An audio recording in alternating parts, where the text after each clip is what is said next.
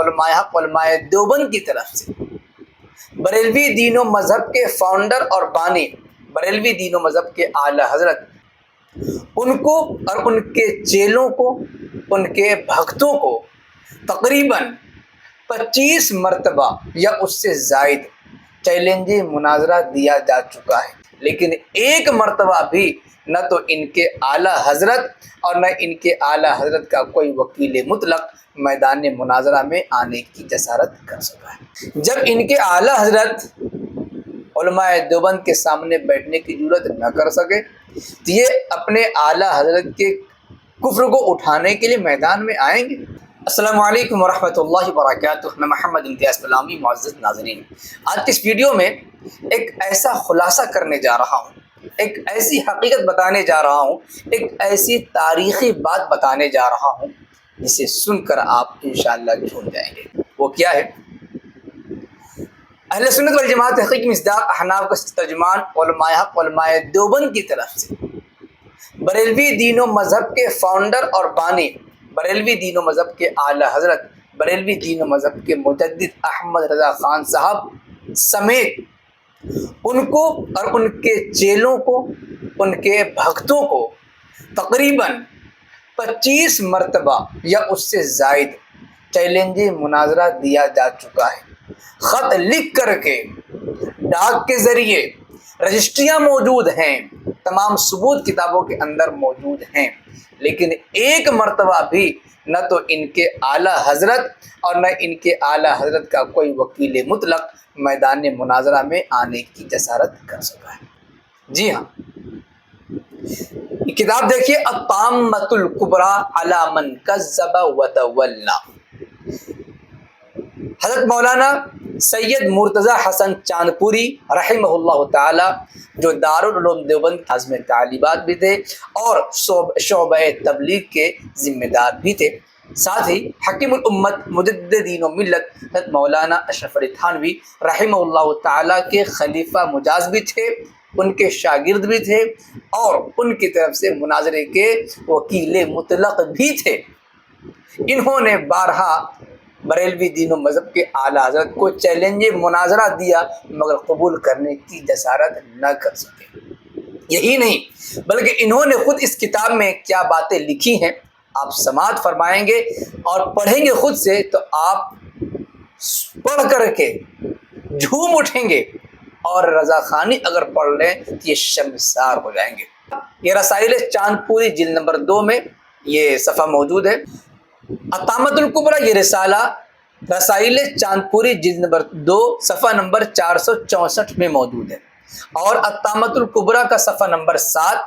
اور رسائل چاندپوری جلد نمبر 2 صفحہ نمبر 468 پر یہ ساری تاریخ اور ساری رودات موجود ہے۔ آپ بھی دیکھیں، اسکرین پر پڑھ بھی لیں، کتاب کو گوگل پر ڈاؤن لوڈ بھی کر سکتے ہیں اور کتاب یہ کتب خانوں میں بھی مل سکتی ہے۔ لکھتے ہیں، 14 محرم 1326 ہجری کو ایک رجسٹری بطلب مناظرہ روانہ کی، پھر 21 محرم 1326، پھر 9 صفر 1336، پھر بذریعہ اخبارات طلب مناظرہ ہوئے، اور 22 دسمبر 1910 عیسوی کو، پھر 21 جنوری 1911 عیسوی کو، پھر 23 فروری 1921 کو، پھر 20 مارچ 1911 کو، پھر 16 اپریل 1911 کو، پھر 11 مئی 1911 کو، پھر 20 مئی 1911 کو، پھر 24 جولائی 1911 کو، پھر 13 اکتوبر 1911 کو رجسٹری، پھر 31 اکتوبر 1911 کو پوسٹ سرٹیفکیٹ حاصل کردہ، اور ایک اسی قسم کا خط 11 فروری 1911 کو خاص بنام خان صاحب متعلق مناظرہ روانہ کیا گیا۔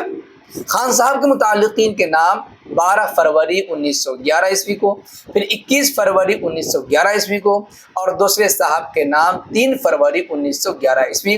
پھر 31 مارچ 1911 عیسوی، پھر 13 اپریل 1911، پھر 23 جولائی 1911 عیسوی کو رجسٹریاں اور 2 پوسٹ سرٹیفکیٹ حاصل کردہ خط بھیجے۔ ایک اور بڑے لمبے چوڑے معتقد کے پاس 29 مارچ 1911 کو، پھر 17 اپریل 1911 کو، پھر 24 جولائی 1911 کو رجسٹریاں متعلق مناظرہ بھیجیں، جن کی رسیدیں موجود ہیں، ہر شخص ملاحظہ کر سکتا ہے۔ مگر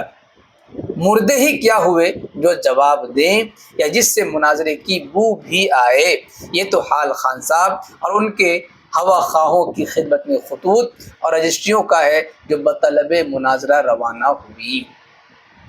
تو اگر آپ اسے گننا شروع کریں تقریباً 25 تک ان کی تعداد پہنچتی ہے۔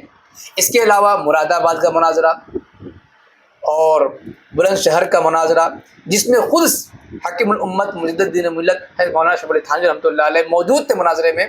اور مناظرہ کرنے کے لیے تشریف لائے تھے، مگر خان صاحب کو ہمت نہیں ہوئی۔ اس کی الگ سے انشاءاللہ تفصیل کبھی بیان کی جائے گی۔ میرے دوستو، کہنا یہ ہے کہ ہمارے بزرگوں نے خود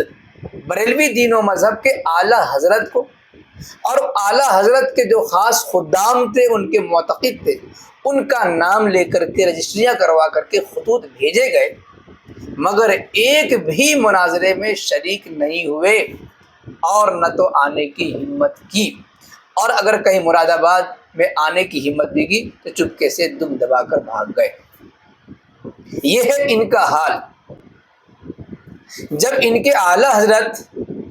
علماء دیوبند کے سامنے بیٹھنے کی جرات نہ کر سکے تو یہ اپنے اعلیٰ حضرت کے کفر کو اٹھانے کے لیے میدان میں آئیں گے؟ آپ کو کیا لگتا ہے؟ یہ نمونہ اور آئینہ ہم نے آپ کی خدمت میں پیش کر دیا، آپ اسے محفوظ رکھیں۔ جب بھی کوئی رضا خانی بکواس کرے آپ اس کے منہ پر یہ صفحہ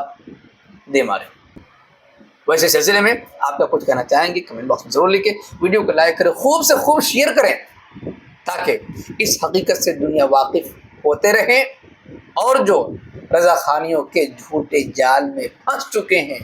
ان تک یہ پیغام پہنچے اور وہ اس چکر سے جال سے نکلنے کی کوشش کریں اور ان جھوٹوں کا چہرہ مزید سیاہ ہوتا رہے۔ شکریہ، جزاک اللہ۔ السلام علیکم ورحمۃ اللہ وبرکاتہ۔